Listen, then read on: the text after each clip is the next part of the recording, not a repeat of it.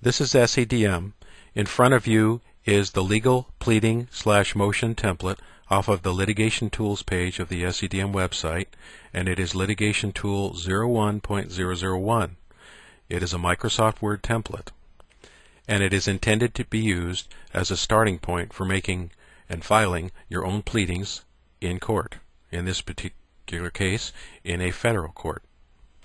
This particular demonstration will last approximately 15 minutes, and we will show you 4 different things. We will show you how to populate the template with your personal data in all of the yellow fields on the document, here, here, and here, and elsewhere. Number 2, we will show you how to use the outlining features of the document and the styles that go with the outlining features to navigate the document. Number 3, we will show you how to populate the table of contents automatically within the document to save you lots of work. And number 4, we will show you how to automatically generate the table of authorities at the beginning of the document. We will be using Microsoft Word 2003 for this demonstration. If you have a different version of Microsoft Word, then the appearance of this demonstration may be slightly different, but the concepts are similar. All of the documents on the litigation tools page that can be customized come in Microsoft Word format, and following this presentation will allow you to save lots and lots of time in the writing of documents for litigation purposes.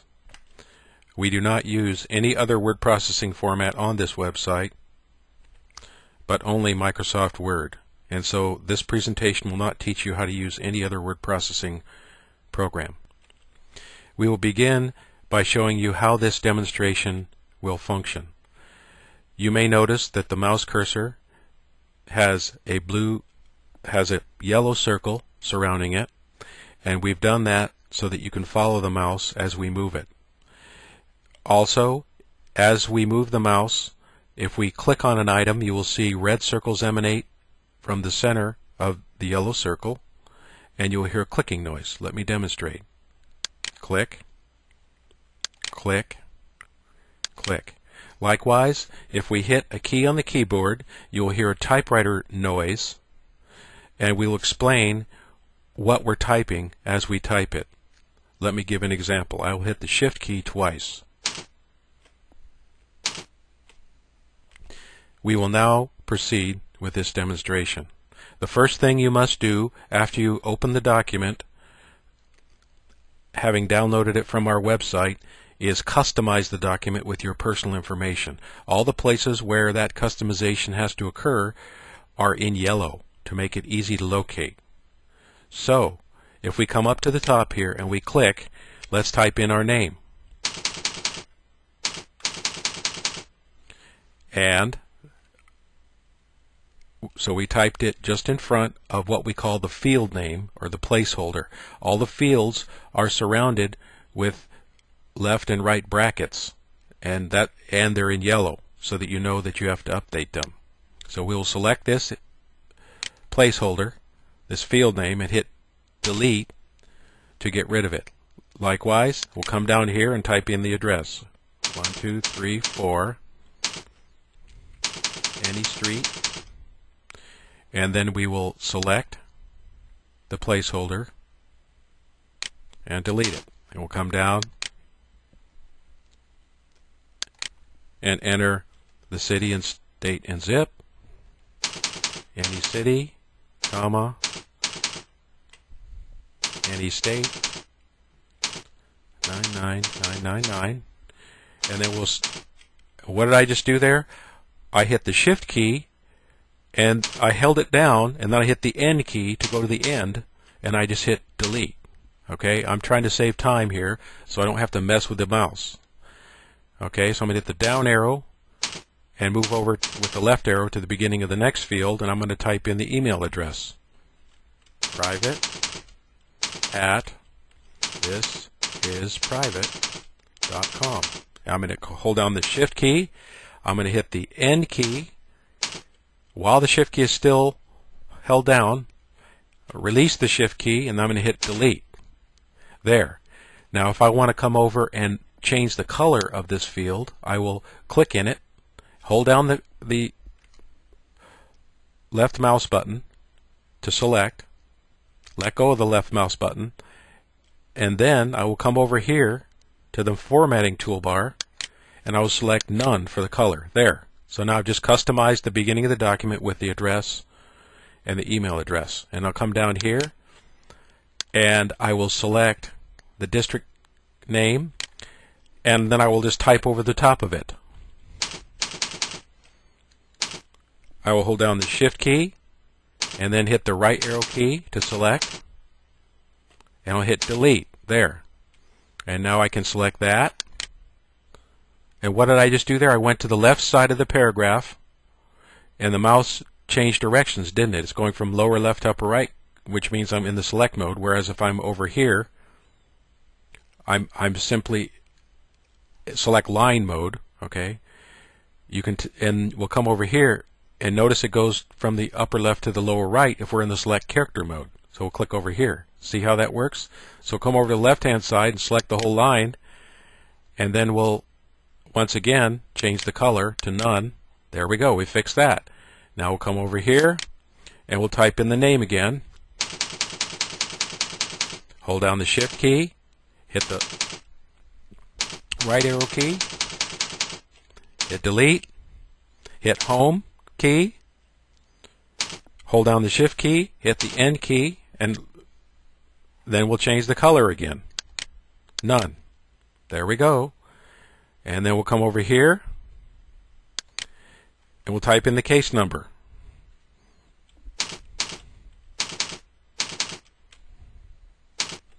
(999). Okay, and we'll select it with the mouse like so, hit delete. There. Now we've completely customized the document. The last part of the customization is to change the footer, because every page has a footer name.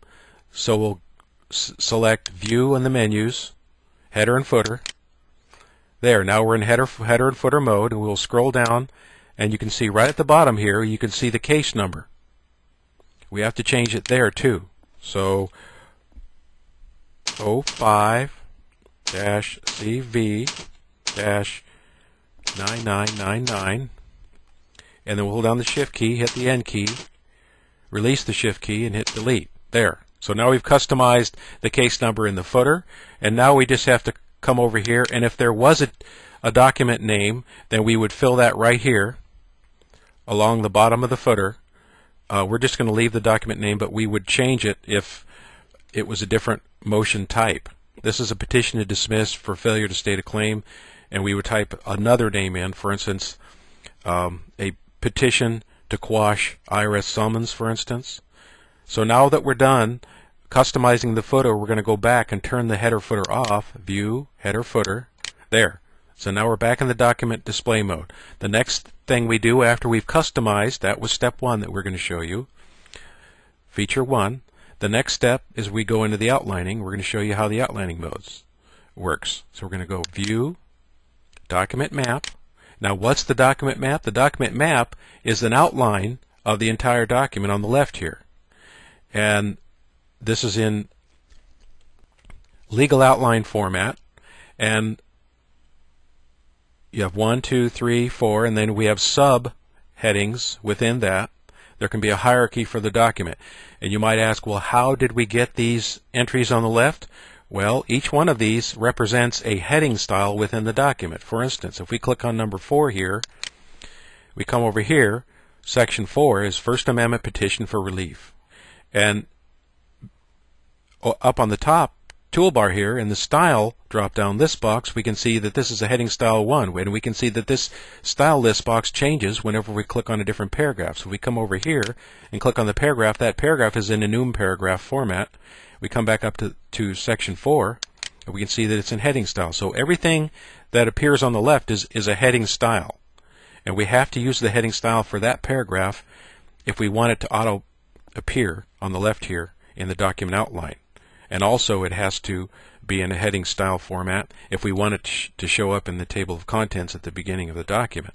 And there are various levels in the hierarchy. For instance, on section 4.1, if we click on this, we can see that it's formatted slightly differently, and we can see that this is a heading style 2. And there are lots of different heading styles within the document. There's heading 1, heading 2, heading 3, and so on. So we're just going to use heading 1 and 2 within this document. But let's say we wanted to create a new section, subsection, at heading level 2, heading style 2, just after 4.2 and make it 4.3. So we're going to click on 5, section 5, and then we're going to hit the up arrow key to go to the end of the 4.2 section. We're going to hit the end key, and we're going to hit return. And then we'll hit backspace, and now we're ready to create a new heading style just above section 5. So we're going to come over to the style list box here. We're going to select heading style 2 because we want a level 2 heading, and then we're going to type in the name of the new section. This is a new section, a new subsection. Okay? And if we hit return, we can start the text within this section. And let's type a new paragraph. This is a test.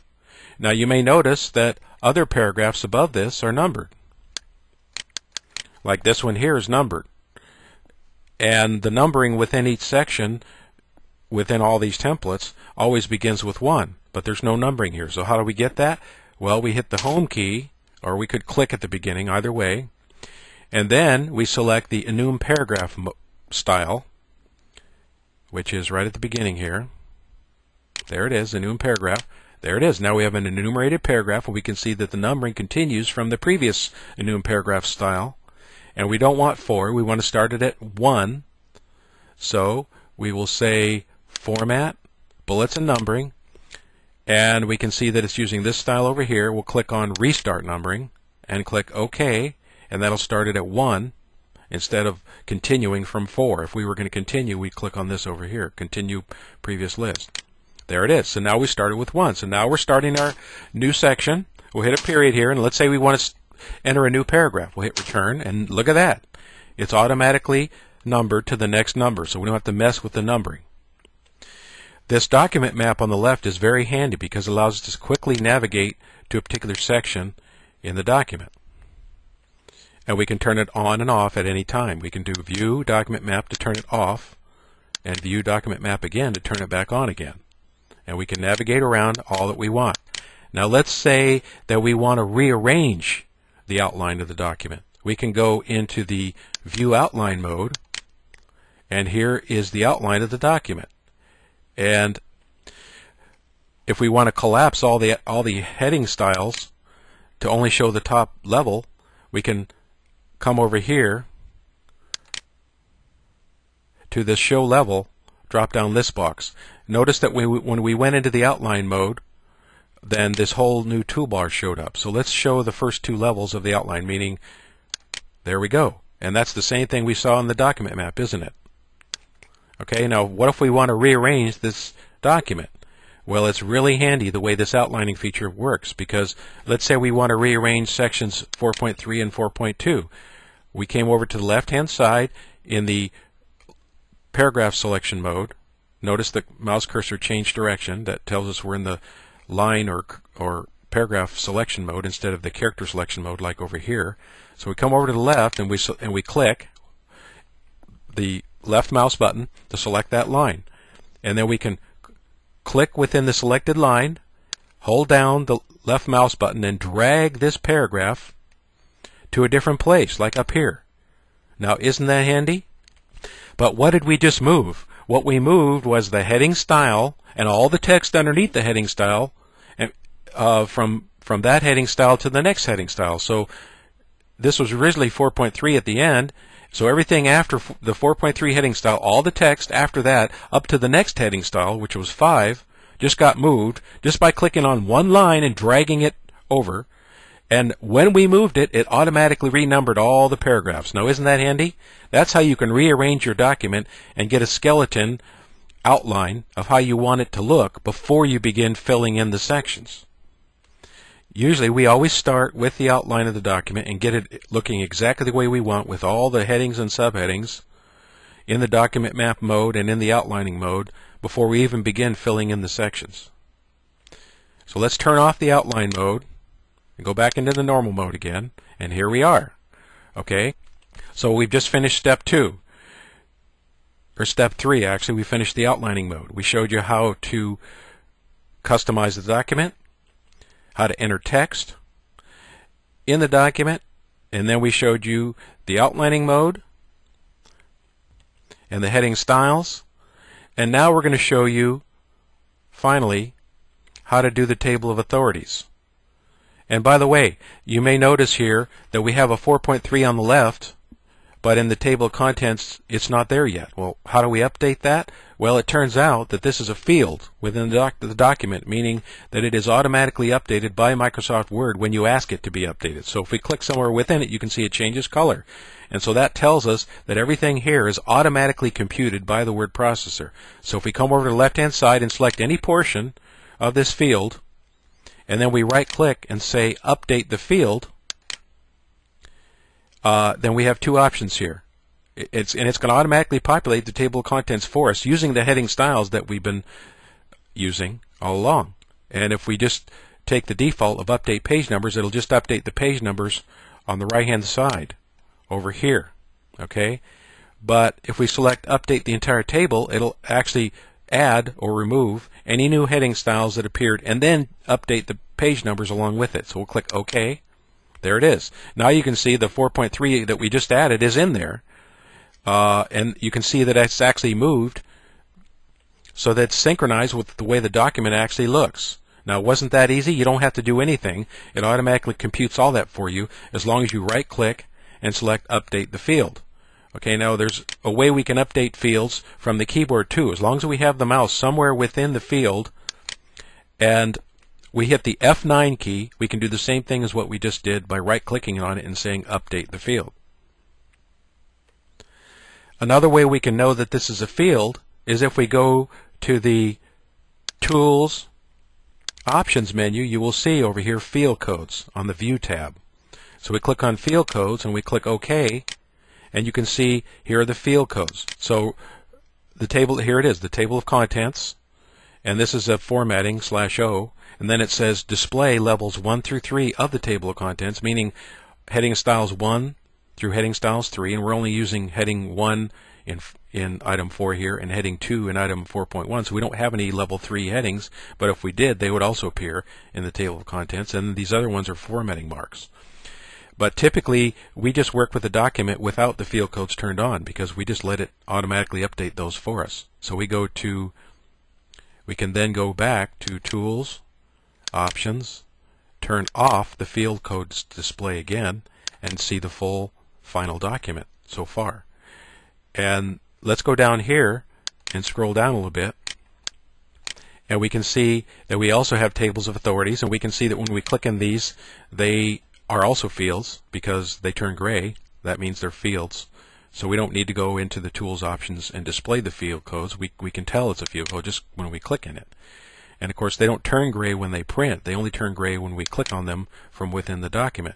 Now you might ask, how did these entries get in here? Well, those entries were indexed, and that indexing process happens as the last step in building your document. Okay, so for instance, let's scroll down here and we'll find something.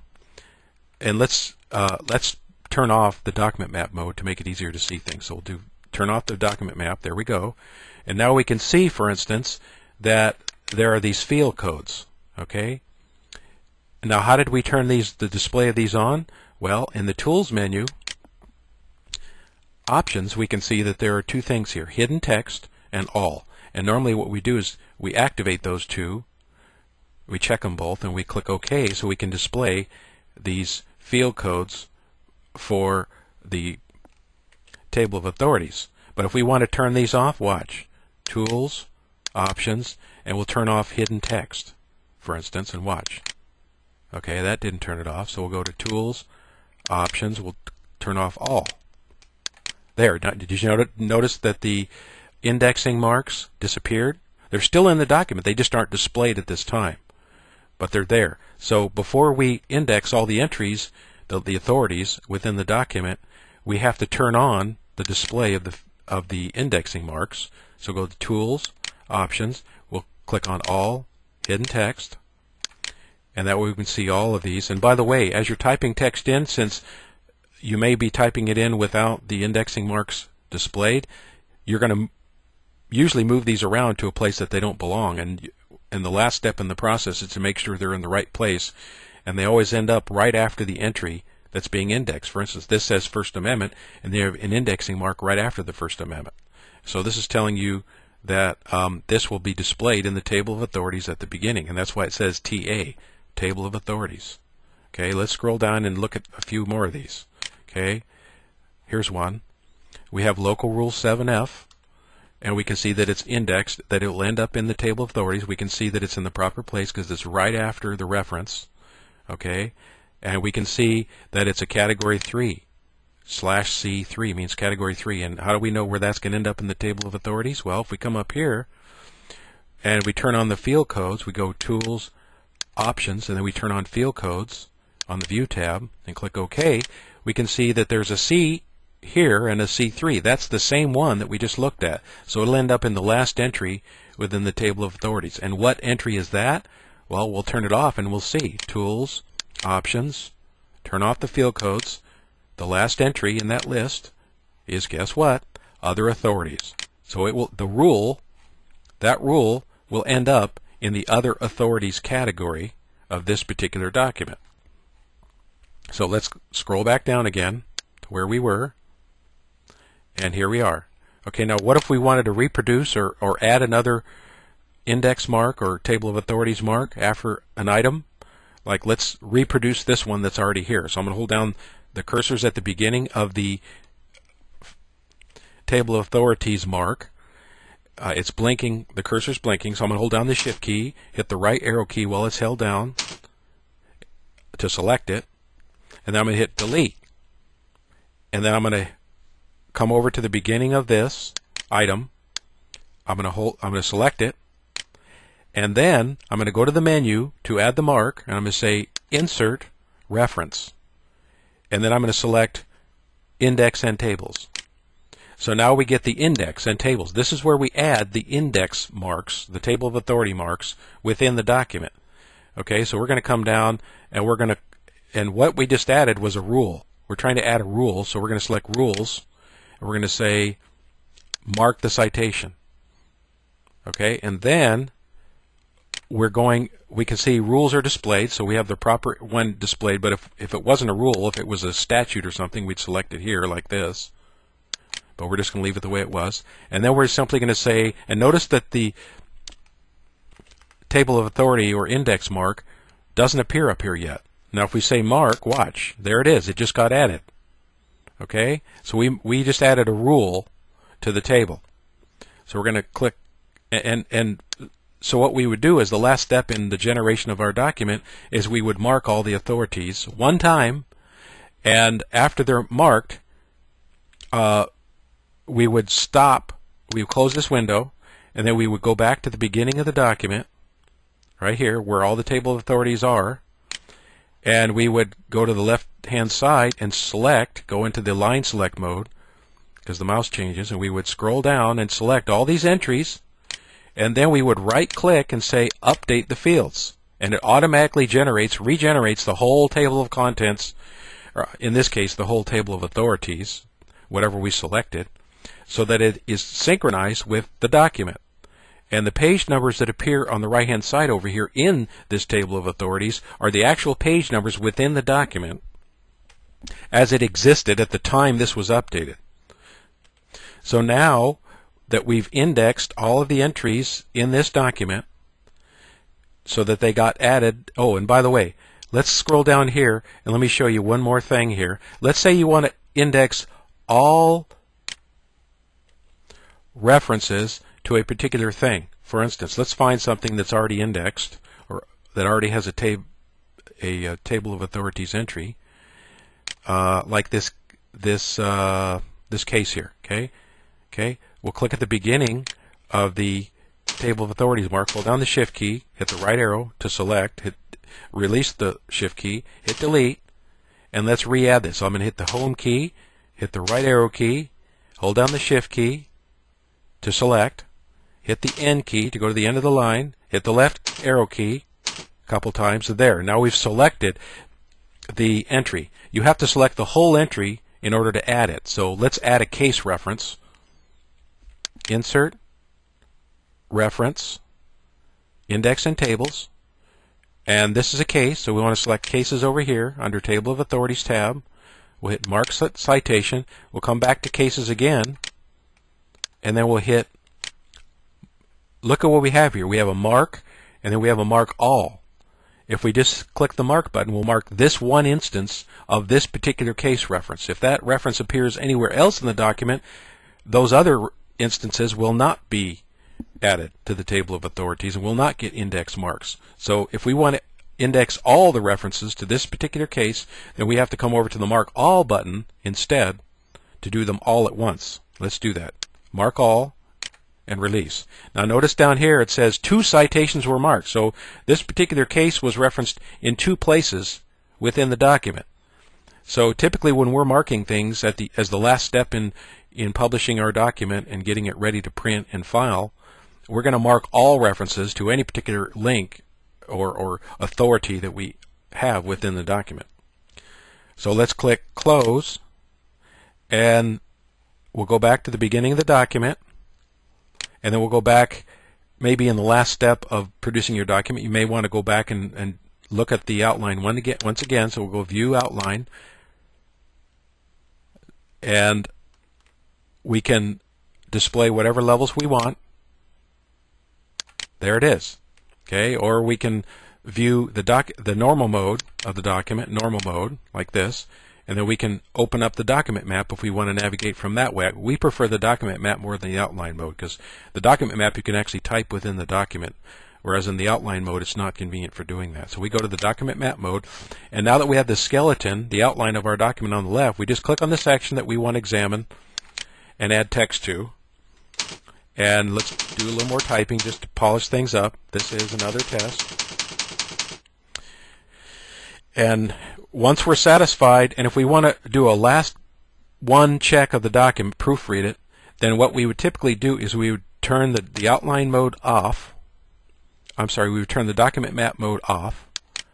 And then we would turn all the field codes off, like these index marks. So we turn off all the index marks or authority marks off so they don't distract us, and we would also turn all the field codes off, and we would put it in page view mode to do one last proofread. So we go Tools, Options, we turn off all the field marks, all the index marks, all the table of authority marks here.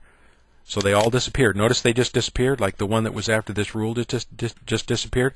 And then what we do is we go into the print layout mode so we can see the final version of the document. We can look at the header, the footer, we can make sure everything's kosher, and we won't be distracted by anything. There we go. So now we're in the page view mode. We can see all the line numbers on each of the pages. We can see the header, the footer. And let's turn off the document map mode so we can read a little better. There we go. So now we can click within the document, we can hit page down and proofread it, make sure everything's kosher, one last step, okay, and finally we would just print the document. So we would say File and then Print. And the other thing we might do as the last step is we might do a spelling check. How do we do that? We go to Tools, Spelling and Grammar. We're not going to do it now, but we would basically do a spelling check to verify. As the last step before we file the document, to do a spelling and grammar check. This concludes our demonstration of how to use the templates within the program. We hope this saves you lots and lots of time. Thank you for spending the time to learn how to prepare your own legal documents and how to use the motion and pleading templates available on our website.